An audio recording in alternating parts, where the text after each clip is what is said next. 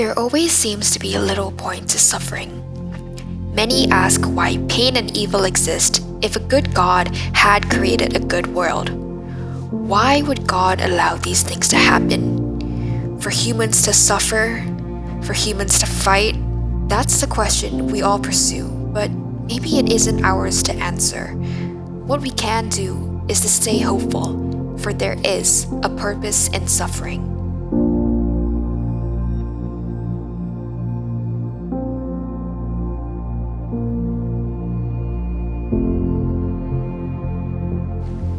The past few months has seen a rapid increase in the number of cases of the novel coronavirus.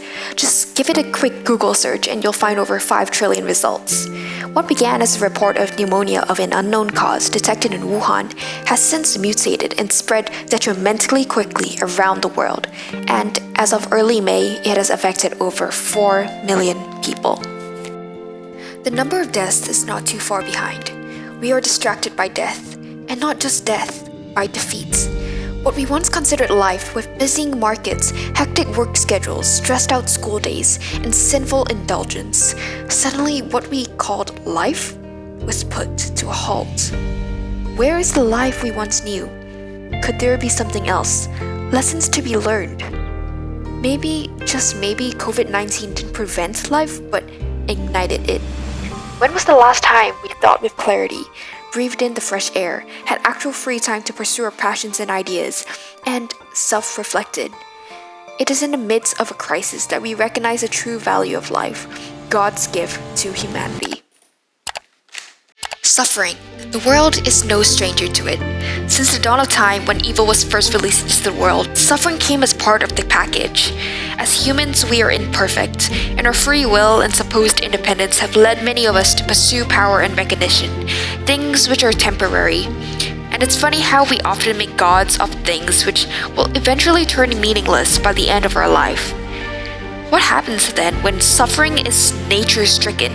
How can we explain suffering when it comes irrationally, without the human onslaught?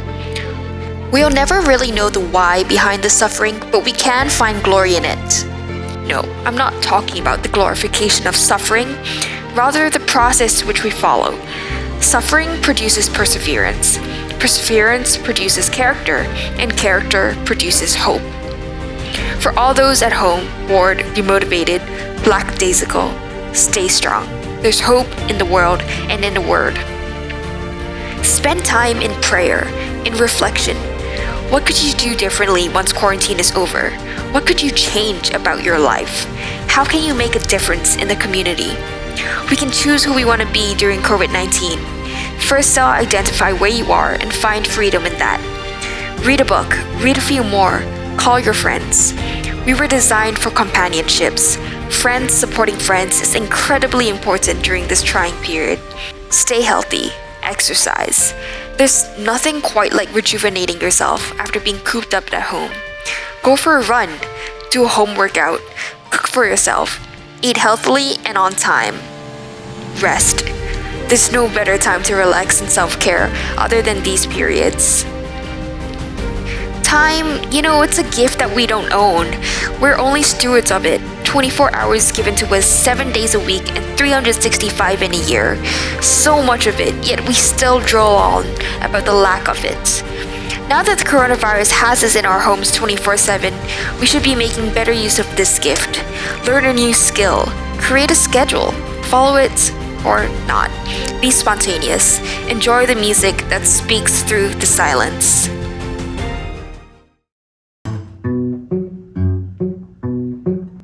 Something new I've been doing during quarantine is getting to spend time with my family. Is running. To exercise more indoor, which is at home. I've been doing a whole ton of baking. I've developed my culinary skills in both cooking and baking.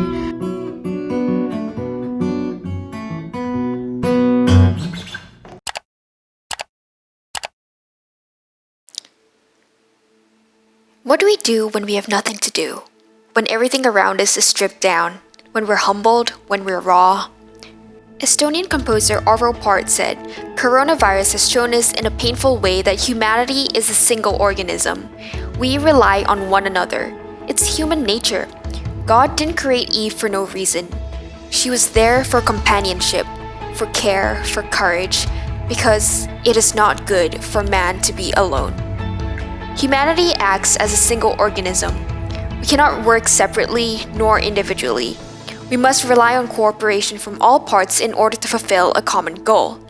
Through this experience, we've seen medical officers, doctors, and nurses working on the front lines like never before. Policemen on the streets, risking their lives to protect us. Essential workers in groceries, hospitals, on the road, flight attendants. Behind the scenes, the most wonderful thing about COVID-19 is that it's exposed humanity and stripped it down to humble beginnings. We're desperate, but we're working together as a global community. World leaders are mending relationships, governments are amending their health policies, construction workers are building pop-up hospitals. While we observe the good that has derived from the outbreak, we simultaneously see the raw evil and selfishness that still persists. Why are there still people gathering when they've explicitly been told not to? Why do some others panic buy and hoard essential items when there are people who are more in need of these items? Toilet paper, hand sanitizers, medical masks. There are doctors, nurses, essential service workers who need these items on a daily basis, while some of us have them stored in our pantry. How can we still be so selfish when humanity is at its wit's end? When our governments are trying their best to mitigate the health crisis, when others are at more risk of contracting the virus than yourself? It is during a crisis like this that we see the rawness of humanity.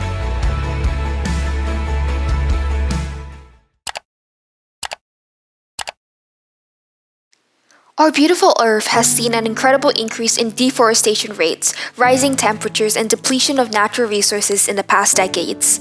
Each year, global coalitions, conferences, debates, and meetings are held to convene and discuss the topic. But our efforts seem to never be enough. We are just as exhausted as how we've exhausted the world. Air pollution has temporarily decreased. LA is now the #1 city in the world with the cleanest air. China's NO2 values have decreased by 30%. The canals in Venice are clearer, wildlife are sprouting out, and dolphins are visible for the first time in a long time. But even as air pollution rates have decreased, the looming day when the economy reopens could bring those numbers back up just as easily. As they say, history repeats itself. But my only hope is that industries will free themselves from capitalism and observe how much more beautiful our Earth is when it's free from our human presence. Fast-paced, changing, dog-eat-dog world. This is how I once described our world. Never would I have thought that anything was capable of bringing everything to a halt. It shouldn't take a pandemic for us to realize the extent of a human action and its consequences on our environment. It shouldn't take a global crisis for us to understand the value of time, to catch up with friends, to expose our mismanaged healthcare system, to reveal the rawness of humanity, nor to finally cut down on CO2 emissions. But we can still be appreciative that it did. Without the novel coronavirus, perhaps our world would never have realized novelties within our own community, our environment, and ourselves. Progress doesn't just mean change. It means changing for the better. Slow-paced, healing, progressing. This is how I describe our world.